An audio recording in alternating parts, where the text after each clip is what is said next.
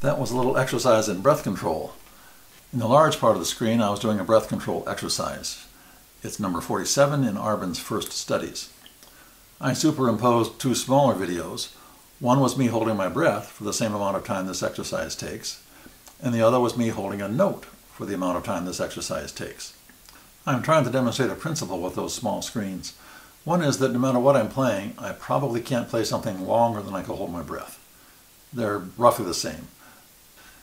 In the Arbin exercise, the fact that I'm playing short notes helps me save a little air, but the fact that the notes are bouncing around maybe use a little bit more as well. I've got to have support to make the intervals and so on. So it kind of balances out.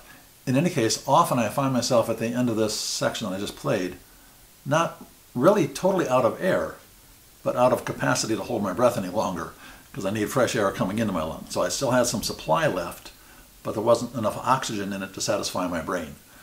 And I'd rather not fall over while I'm playing, it might dent the horn. So as I hold a note, that's a different kind of a challenge, trying to keep the note steady that whole time, but it's still an even note, so the air goes out smoothly, it's easier to control. Holding my breath is a different kind of a challenge, and if you have trouble doing that, you might find you can let some breath out toward the end, not breathing in, but just let some of the breath out. It might make it easier. But again, they're all roughly the same amount of time.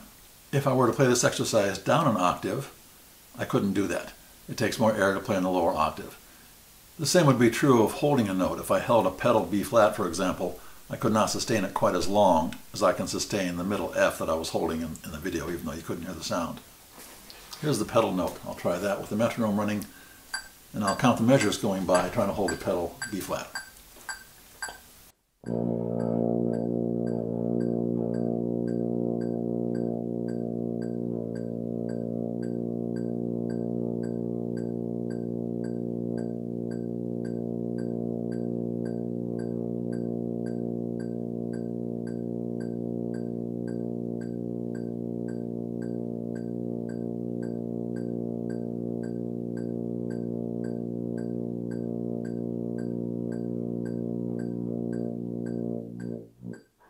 I came close to sustaining it that whole time, but I was about 2 or 3 measures short.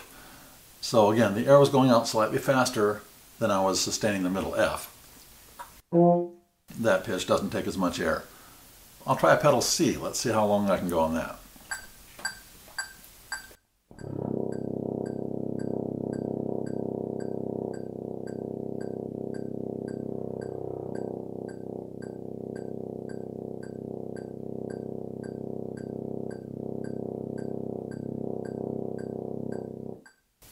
And that's it. As you can see, a much shorter time. In any case, as you're working on air control or breath control on a brass instrument, you can probably do many things. You could practice holding your breath, for example. You may find that you can lengthen the times over the course of maybe even a week by just trying that every day. If you're a swimmer, that's great. You can practice it there all the time. Swim underwater, for example, longer and longer if possible before coming up to take a breath. There are a lot of things you can do to try and increase the way your lungs work, how efficiently they work. We all have a limited amount of capacity, different for different people, but there's still a finite amount of air you can stuff in there to use. The question is, how efficiently can you use it? How efficiently can you get it through here by playing the notes accurately? And how efficient your body is at using the air. As you get older, it's harder for your body to do that. I have gotten older, and I think I can probably hold a note maybe 80 to 90% as long as I could have when I was younger. In any case, we can still improve, usually, by simply being accurate.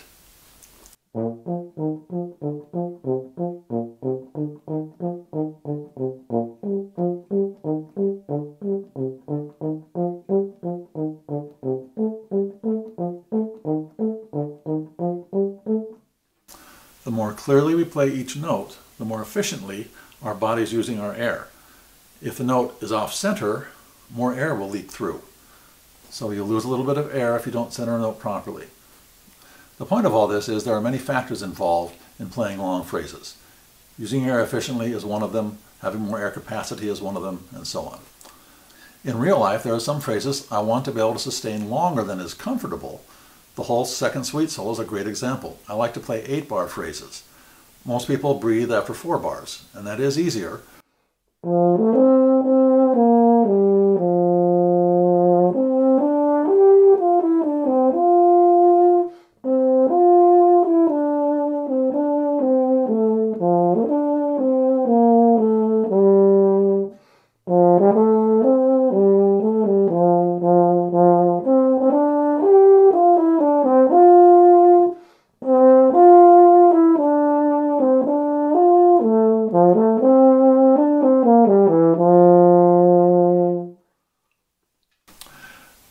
As you may have noticed, I played a crescendo throughout that whole thing. At first I started in what would normally be enough volume in a typical good concert hall. But if you're in a hall where it's not very friendly, if there are curtains above you, for example, those sideways curtains that hide the lights, that soaks up your sound. If your bell is pointing backwards from the audience, that can make it harder to be heard. You'll need to use more air. So I try to get myself so I can play louder and louder and still sustain those 8-bar phrases. Same principles are involved. I have to use my air efficiently. If I don't center each note, I'm going to lose a little bit with that note, and that's not a good thing because I need it all. Anyway, there are some thoughts for you on breath control and long phrases. So I hope that works into your practice and helps you a little bit. Thanks for listening.